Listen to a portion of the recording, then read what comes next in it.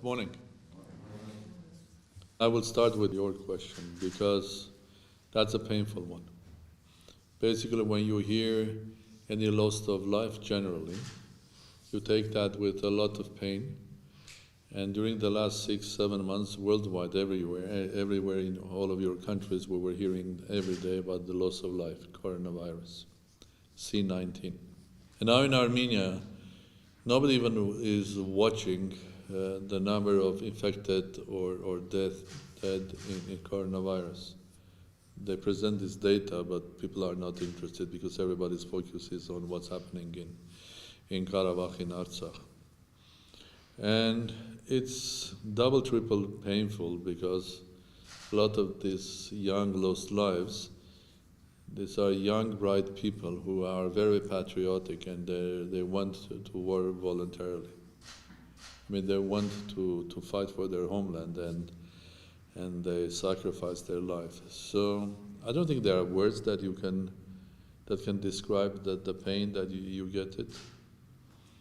And this war is completely unhuman because from day one, Azerbaijan started also shelling civilian places like villages, cities, and the first day of the war they started with Stepanakert. Of course, there is loss of life on both sides, and that's regrettable.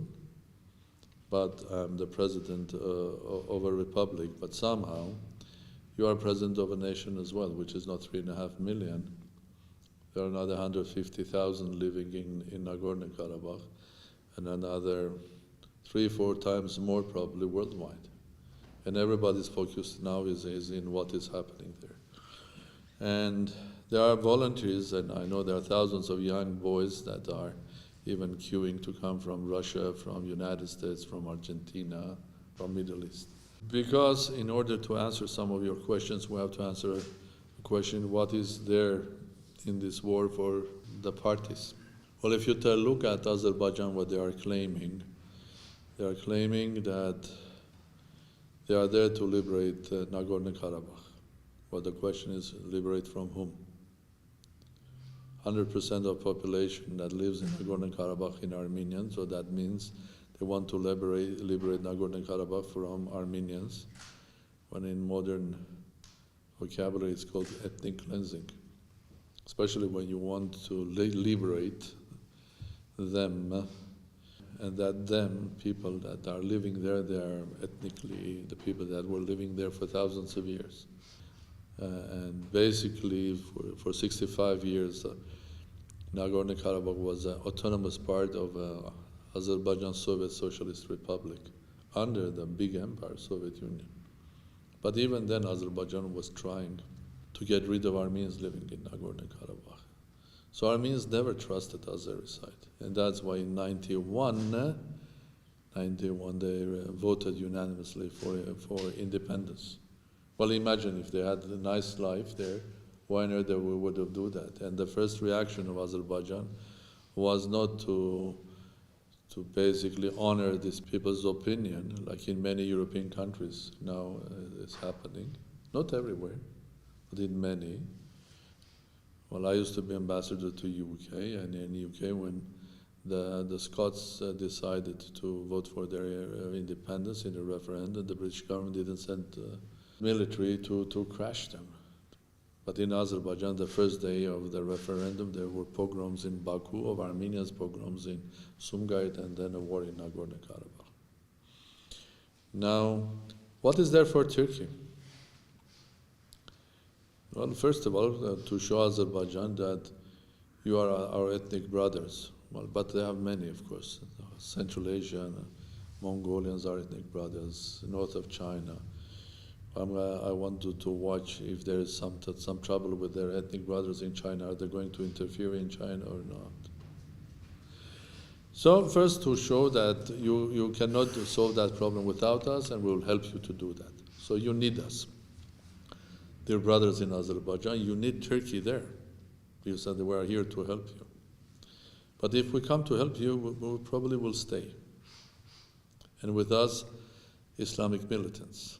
And if we stay there, we will have our say, not only on the internal politics of Azerbaijan, but we'll have also say on regional security, specifically energy security, because we will control the pipelines going from. Having the excuse that Armenians maybe will bomb the pipeline, I have a question. Why didn't Armenia bomb the pipeline during the last 20 years? Why didn't they? Why did they allow Azerbaijan to make billions and buy weapons and kill Armenians? Why? Because there is a reason, because Armenians respect the international law and trading law as well. But now Turkey will control that energy, and it will basically have huge influence on energy security of Europe, especially those countries that are recipients of that oil and gas. And of course, those who are from Caspian and beyond, from Central Asia, that are the sellers. So Turkey is trying to become very dominant in Caucasus. That's for Turkey. If I think about people of Nagorno-Karabakh, what are they fighting for? In brief, it will be they are fighting for their lives, their honor, their heritage, their religion, their families, their history, and their homes, their land. But in the meantime, fighting for that small nation of Nagorno-Karabakh is fighting for the security of the region.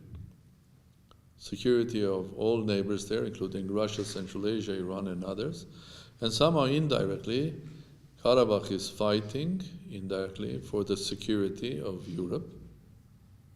I mean here, energy security, for example. Security in Middle East, because Turkey is involved in everywhere now. They are in Syria, they are in Libya, they are in Iraq. They cross the borders of Syria and Iraq. What about the territorial integrity of those states? They are claiming that Azerbaijan's territorial integrity of Soviet Azerbaijan in the Soviet Empire. So Turkish presence there makes the whole issue a bit complicated. And if we're thinking about what is the path towards peace or resolution, the path is definitely, there's only one way going forward. Stopping the shelling, stopping killing, stopping the war, having a ceasefire, make some build-up of trust. Maybe this time we will need to bring international peacekeepers, those who are ready to come, and then restart the negotiations, but again between Armenian side and Azeri side, not the Turkey, because Turkey is not a side. They are the disturber. They cannot be a mediator because they're openly with one side, and they cannot be a party of negotiations because there is basically there is a question: what are they doing there? A NATO member is fighting in a conflict which doesn't have anything to do with NATO, using their weapons, NATO-trained soldiers, technology, know-how, NATO, in a third party which doesn't have anything to do with NATO. So that's a big question to European Union, you ask me. That's a big question to NATO. Have you given Turkey a green card to go and do whatever they are doing now? If yes, please tell us.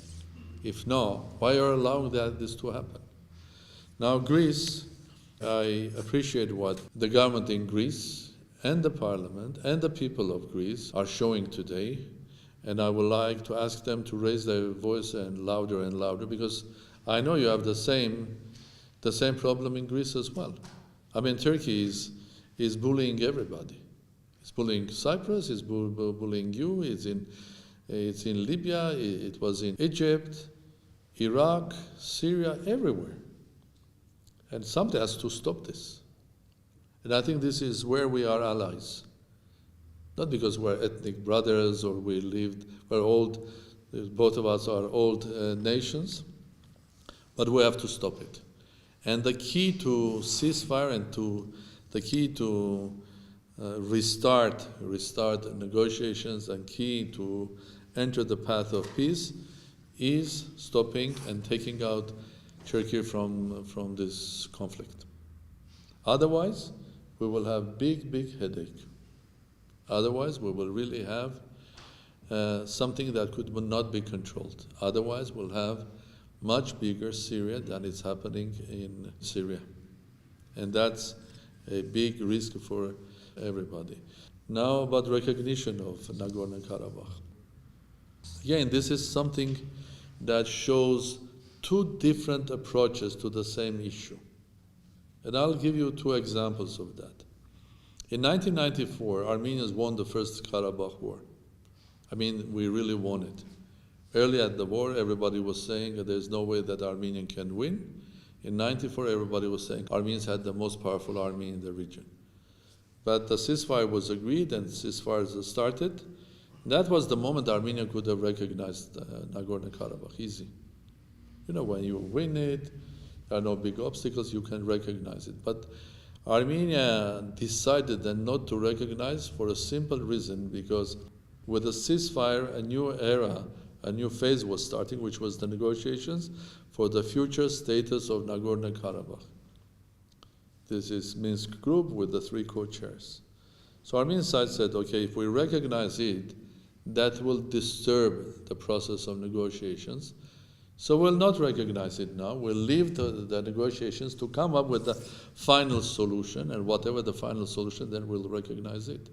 So Armenians gave a green light of not disturbing negotiations, basically deciding, okay, we will not recognize it now. But of course, if we will not see that there is a light at the end of this tunnel, which is called war, and there is no light that will take us to negotiations, then probably, most probably, Armenia will recognize Nagorno-Karabakh.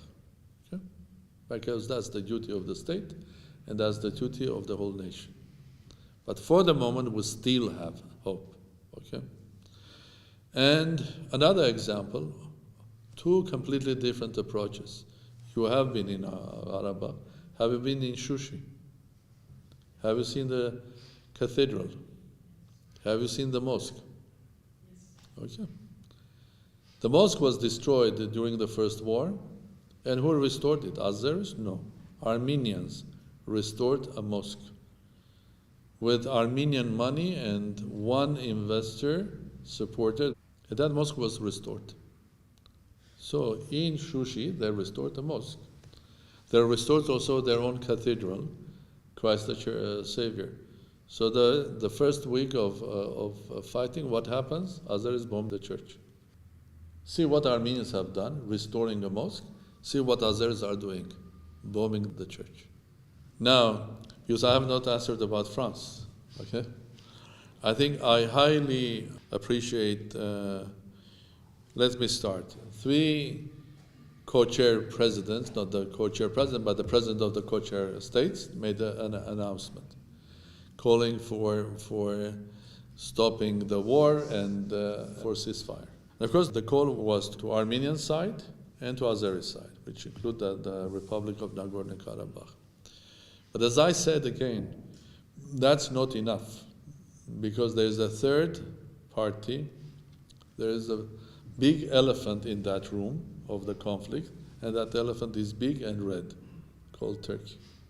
Until that elephant gets out from that room, it's very difficult to have a real ceasefire, or you have to put huge pressure on that third party.